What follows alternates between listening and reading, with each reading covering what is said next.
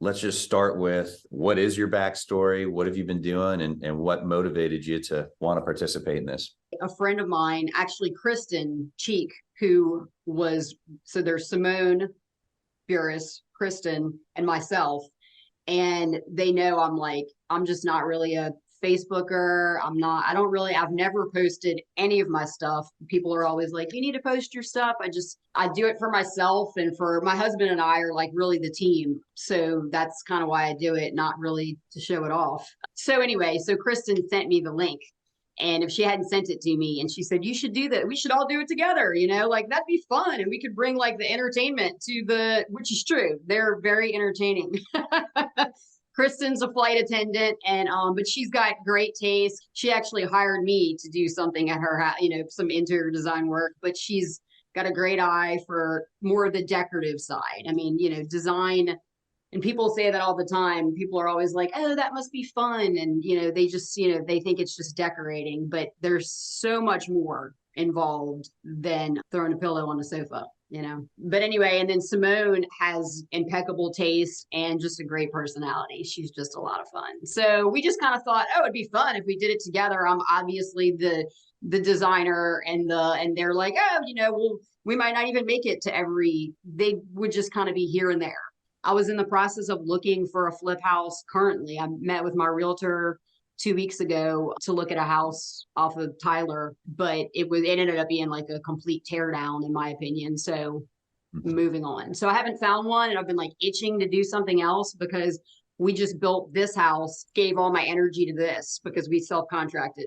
So I'm ready to do something else. So that's number one. So I graduated from LSU Design, an bachelor's in interior design. It was a 5-year program. I really had no idea that you had to apply to get into the design program. And they only did it one time in the spring, I remember. You had to put up there were certain recs and courses you had to take, and then put up a lot of your work.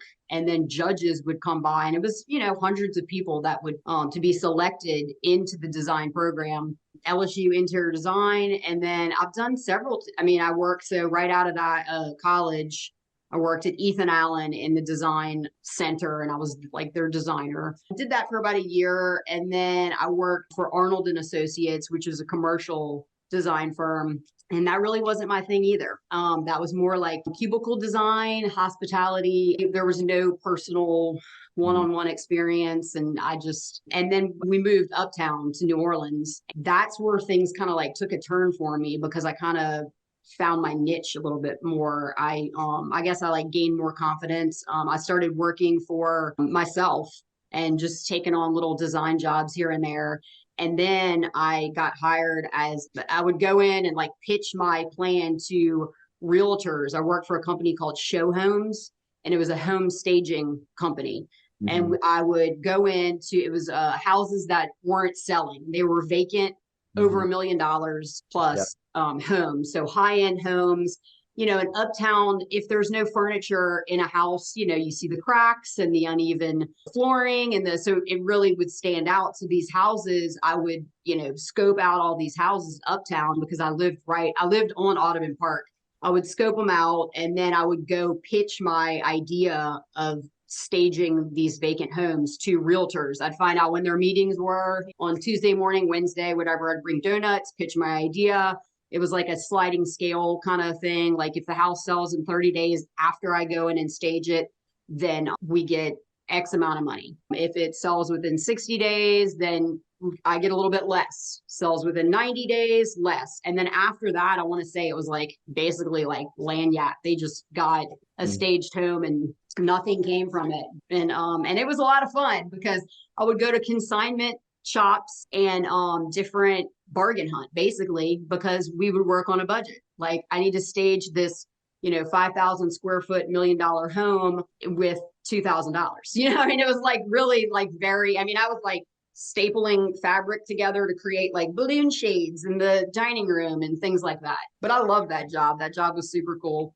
And then Hurricane Katrina hit, and it kind of fell apart at that point. I started, doing my design thing for residential, little jobs here and there. And promoting myself. And then, I was in my 20s. I mean, I was 26, I guess. So then I needed like a real job that was like more stable pay, stable income. So I worked for Gail Adams Design Associates. Gail is still like a super close friend of mine. I mean, she's in her mid 70s. She's lost her eyesight to glaucoma. I worked for her. I learned a lot from her. She had cancer. And so I kind of like right off the bat, I mean, probably 6 months after I started working for her, she kind of just threw everything on me, I don't know, somehow it meshed. I love her. So got to be really close with her and her family, and just learned a lot from her. And so I worked there for a few years, and then I moved to Lafayette. Then that's why I stopped working for her, because she was in Elmwood in New Orleans. And so moved to Lafayette, and then I kind of had to like reinvent myself again. So then I'm not really a conventional like 8 to 5er. Never really have been. It worked with Gail because on the interview I was like, listen, I'm not going to show up before 9:30 on Monday. And she was like, I mean, I just told her all this. I was like, oh my God, I sound like the guy from Office Space with the fish. And he like cuts his fish on the desk in the cubicle, and he walks in wearing like Hawaiian shirts I don't know if you've ever seen that, but yeah. But I mean, it worked for me. I got the job. She was like, all right, well, you're hired. Awesome. And I mean, I was like, I don't work on Fridays. I'm not coming in before 9:30 on Monday, and I don't work on Fridays. She was like, I mean, I can't believe you just told me that, but all right. So after that, I was like, I'm not going back. I can't be an 8 to 5er in an office I'm just not that way. I worked for the Royal Standard, which was like furniture, decorative things. And they created a position after like, I guess like 6 months or something. They were like, we're going to create this position for you. We've never had like a designer on staff, but we want you to be our interior designer. That was cool and all, and it was like ego stroke that they did that, but it was just, that's still not really my that was like decorating, and then you just can only use like stuff from there, which was great stuff, but still just not my thing. I don't really want to work in retail, but it was fun, and I got a good discount, and so I worked there for a couple of years, and then I started with the art scene there. I got accepted into, it's called the Big Easel, and they have it in River Ranch Spring. I did that for a few years, and I started just selling my paintings. So then I just worked as an artist. I turned trash bags into art, and I mean, I sold those suckers for like a couple $1,000s. Wow. I have some right behind me. Show us. And yeah, I'm interested now. Trash bags? I just used Glad bags, and I was like, well, I'm repurposing, and they love that concept. And I just pour resin over them. And so like the ones behind are it's a lily pond, lily pads. And I just kind of mold the garbage bags into like shapes of lily pads and flowers. And then I pour that, when you go to a bar and they have that thick, clear resin, like the top is like smooth. Yeah, right. I pour that over it on top of it. And it creates like kind of a wet look, and seals it, because eventually the bags are going to deteriorate, But I mean, I've had these for 14 years ago. I made these. Can you show us? Yeah. Oh yeah. Wow. So that's a garbage bag? Yes. Appreciate the wow. That looks amazing. I don't know how to work. So, and the way I came up with that idea was, it was a project in college. You had to use like found materials, create this board with like found objects and materials, and make them look like something else. And it was like 3 o'clock in the morning, and I had this project due the next day, and I had like one more thing I needed to do. I'm like, and I saw my kitchen. I was like sitting in the dining room, and I saw my kitchen trash can, and the garbage bag was hanging out of the trash can. And I was like, that's it. That could be like a cool material, the texture and so then I grabbed it and I started kind of like, whatever, proofing it and stuff. And I stuck it on the board, and I don't know, it took on like a cool shape, and then I turned it in. I got an A+100. And so years later, when I moved to Lafayette and I started selling my paintings and my art, that's kind of when I came up with that trash bag idea.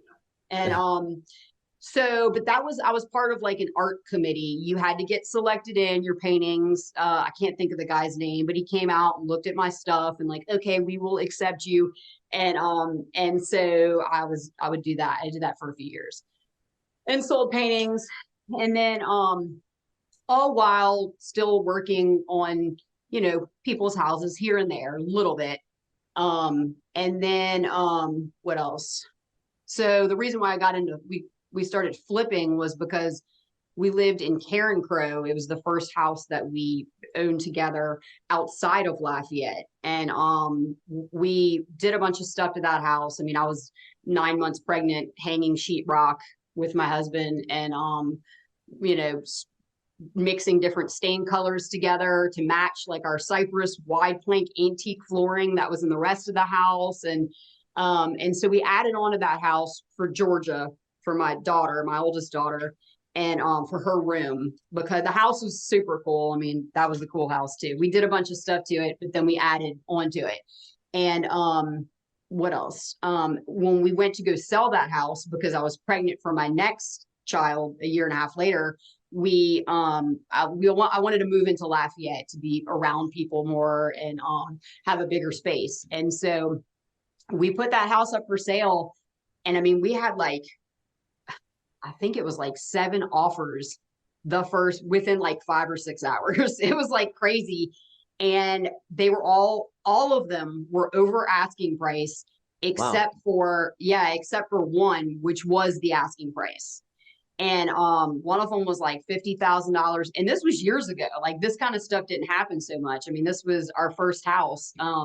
That happened 2 years ago or whatever, when the market was changing and things were, but it was kind of unheard of then. And first one was 50K over, and that one fell through. I can't remember why. The guy's husband, they were anyway, but fell through. And then we accepted this other offer 10 minutes later. It was, we had them back to back, a stack of offers, and that one was 20,000 over. And accepted that and sold it to Arla and her husband John, T John, they called him T John, it's Cajun land. And so and their little boy Jack.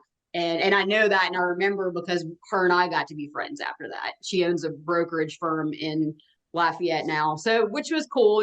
I became friends with people we've sold our houses to. But so then moved to Lafayette. So that kind of sparked the whole flip thing, because we were well, I mean, we could do this and make money, and I'm yeah, and I don't have to work for anybody. I can't, I'm not an 8-to-5er, does not. And my husband and I make a really good team. It's a shame he can't do it with me. He has a full-time job, because we just make a great team. He can do anything. I'll design pieces of furniture on CAD, and then he'll build the furniture. He'll build this island that I'm sitting at.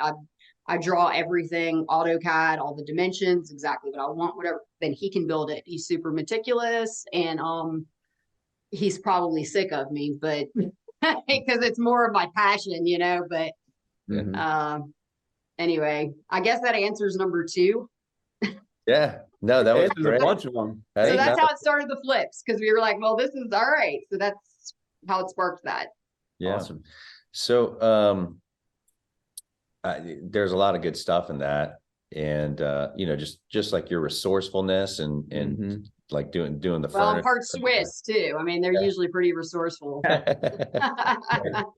And then just kind of your journey to start the flipping. But sounds like kind of a basic weird question, but obviously you've got a passion for art and design, and taking old things like garbage bags and turning them into a beautiful piece of art. For sure. Why do you like doing that so much?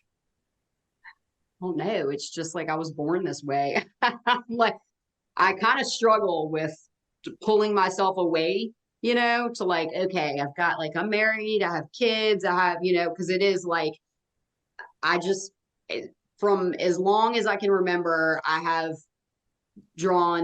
would draw, I mean, I was 5, 6 years old. I would draw floor plans of houses with my, piece of paper and a pencil.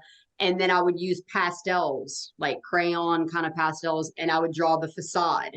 And I'd put little window boxes, and so it was a stack. The floor plan would go with the facade, and my mom kept a lot of them in the attic, And I mean, I was 6, 7 years old, and some other kids were playing outside. Well, which I was an outdoors person too. I had two brothers, but so I was definitely hanging in the river and jumping over snakes. But um I just loved art, you know, and design and like anything creative. And then I just feel like so many people feel like they need to spend a lot of money to have certain things and to have something look a certain way, and it's just not true. You really don't. I mean, I have a large canvas in my living room that I was like, okay, I need a really big piece of art. No pressure, Georgia, my oldest, but like, here's like, you can pick the colors. I just need some blue to go with tying with my sofa. I picked like another tan color to go with my rug. And like, here's a canvas that I got for 50% off at Hobby Lobby, you know, for so 50 or 60 bucks, big canvas. It's like a 60 by 48, I think. And I was like, here you go, you know, like no pressure. We're going to hang that in the living room, make it good. And it's great. I have people come over all the time and say, oh, you know, what artist painted that? And it's Georgia did it. She's 12, you know, like, I had a baby shower here last weekend and they were all standing in front of the artwork, taking pictures, you know, and she signed her name, you know, Georgia, and they didn't realize you just have to be creative. If you want something, but you can't go grab, you know, money off the money tree, then just think outside the box, you know, and you can have it. It just, you have to be creative minded to get it. Can you you mentioned it a little bit. Can you share like just a little bit more about your family and you know, the structure and how big your family is, that kind of thing, and maybe something a challenge your family has experienced and kind of drives your purpose for life. Some adversity, maybe.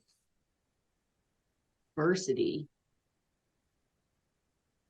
You know, I mean, I guess there's, you know, there's things that, I mean, everybody's come across something. I mean, it's kind of the way that you look at it. I try not to make certain things a big deal. So then they're not a big deal. You know, if you make something a big deal, it's going to be a big deal to you, your kids, to your, but it's all about perspective. So let's just kind of like cast a vision a little bit. So it's the open house day. Talk about kind of like the power of transformation. Somebody walks into the cabin that you just renovated. How are you hoping that they will react to what you've created, and what exactly are they reacting to? Oh, well, I mean, it's always so, it almost makes me cry sometimes when been a few times where, or pretty much every time that people are so excited, you know, that they've like, oh my gosh, thank you so much. I mean, I had one lady, it was her husband, it was a client of mine from Gale Adams. She was actually lived in Covington. I was in New Orleans. And I moved to Lafayette, and he tracked me down a couple years later, and he was like, look, I want to create this room for Laura, for his wife. And like, I need your help. I mean, I want to make it her special place. She was like a stay-at-home mom, but then she started working again as a litigator. And so he felt like she needed her own personal, you know, like hideaway space in their house, her own office, but like somewhere where she could like, it was an office, but like her chi room, you know, where she could hang out and read books and be comfortable. And so we did it all in secretive. I had this guy, George, in Lafayette. Uh-oh, are y'all there? Yeah, we're here. Maybe it was just y'all were both like this. I'm like, is the camera, is it? Anyway, I had custom furniture made for her. I did this whole room. There was nothing in it. And I had a fireplace, one of those little, you know, electric antique looking vintage fireplaces put in there. Had all this furniture made, had got all the furniture, bought furniture, did, you know, artwork, whatever. And he was like, she's going out of town this certain weekend. So needs to be all done.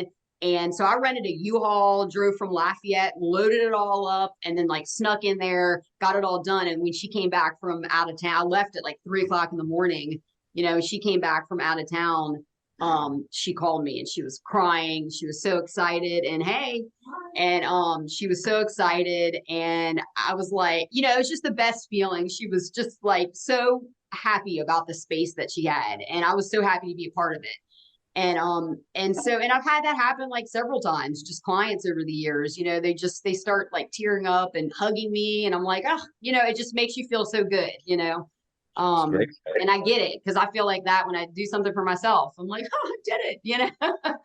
So did that answer that question? Yeah. Well, actually, it did. And that was a great soundbite too, that we could probably use. Can you give us a sneak peek on what you would do? For the cabin? Yeah. I mean, ugh, God, this might be the hardest question that you've asked me because I haven't seen it. You know, Just, other like, than the generally, this is pictures. what I feel like, kind of like a vibe to it. Doesn't have to be exact. I mean, I'd probably do what I really like, which is to combine new along with old repurposed items to get the job done for the $20,000 budget that I have and maybe the minimal time that I would have it in, but just kind of give it the best shot I can. I would combine new and old, probably some custom stuff. I don't know if you guys have your own. I mean, I have like Chad, my carpenter, who he's like my main man. The guy can do anything. So we work really well together. I don't know if you supply people or not. It doesn't matter. I have some of my own guys, but I would probably just work with him to create something, and Simone and Kristen, something kind of, you know, glamping, but like casual at the same time, functional for, you know, what the environment is. I don't know. Does that answer the question? You know, and I can't really say exactly what I would do because I never like throwing that kind of stuff out there because, like, with clients, they're like, you go over to somebody's house and they're like, what should I do in here? I'll throw out some ideas that hit me big while I'm there. But a lot of times I like to like leave, go back, think about it, because if not, they hang on your every word. Well, oh wait, I thought we were doing this. And I thought, but you know, and it's like things are good on paper, but sometimes, like I said, you have to be creative and it changes. And you know, maybe it could be a little bit better in reality than it was put down on paper. You know, sometimes you shouldn't always stick with the total plan, you know? Yeah. So what else? What else do we have? I guess in a final pitch, why should people vote for you on Cabin Wars? Simone, you want to come over here? It's like, all right. Why should people vote for us on Cabin More? And I told them you were popping by. I don't live too far. I think we are interesting. I think lively, certainly creative in our bunch, but I think entertaining would be the best way to put it. I mean, we've known each other for a while, and the other Kristen, I've known her since like St. Peter's first grade. So, I mean, I think the dynamic there, it'll be, you could get some good footage. I agree. Love it. So how do you hope, because like really at the end of the day, you may have the best design, but people are going to vote for you because they connect with you. How do you think that the audience will connect with you guys on screen? Well, The three. I feel like we're pretty real. We are real, but we also like we are very real, but we joke around a lot, and I think very personable, and I think genuine, and you know, fun. We are, you know, I mean, because it doesn't have to be so super serious, you know, and I feel like that's with like when it comes to design and decorating, people are so like it has to be that.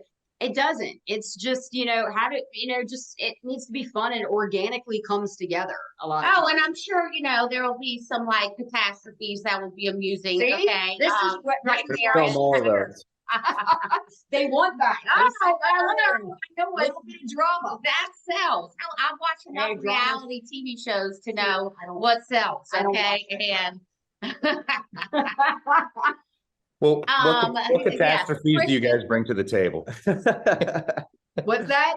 I said, well, what catastrophes do you guys bring to the table? Oh, well, I mean, I mean, who knows? The sky's the limit. I mean, there could be. oh, I'm sure there will be several catastrophes, okay? I mean, along the way, you know, it just, I, I mean, it's Murphy's Law. I don't know. I mean, it just seems to, you know, follow us.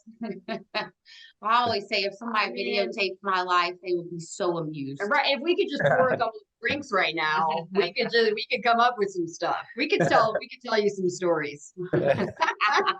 Awesome. All right. Well, one last question, because then we gotta run to the next one. But so casting a vision again. So it's the last day. The votes have come in, and then they announced that you guys won. Everybody's cheering, fireworks going off, celebrating. With kind of some of that mission and purpose that you laid out for me, like, you know, your connection with your family, like you witnessing the power of transformation and other people's reaction to your stuff. And, you know, just to know that everybody else thought you did the best job transforming this ugly baby into, you know, a beautiful glamping princess. What would that mean to you if you guys won? Oh, I mean, it would just be another endeavor in life's journey, you know, another like. I mean, I think, of course, like job well done, you know, but I also think, you know, recognition, like we know we're good, but then we know we're good in our cases, but that other people thought the same thing. I mean, that's Mhm. what else do you need?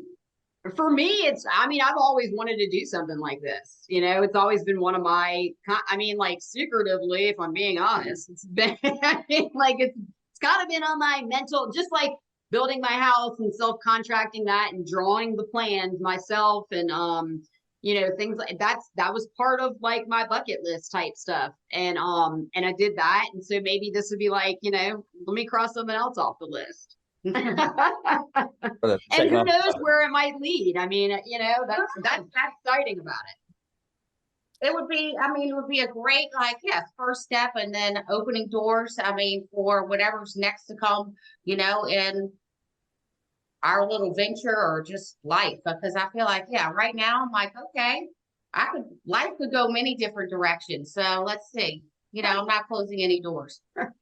Leave them all open. Yeah. Well, look, you guys, you did great. There's a lot of really great sound bites in this interview. So that's good. Can I just add something to that? Yeah. We don't need to add the sound bites with the, you know, my husband's Creole, he's tanner than me, and all that kind of stuff. I mean, he'll turn red. I've never seen him actually turn the shade red because he's pretty tan, but he would probably turn red. So leave that out of it, please. Yes, of course. All Got right. it. That was a good one, though. That was a good one. Darn it. Okay. No, well, you certainly need to pick us, okay? I mean, we will bring, I mean, the entertainment and drama, I mean, for sure. That's, I mean, not only are we talented, but we're also just fun to watch.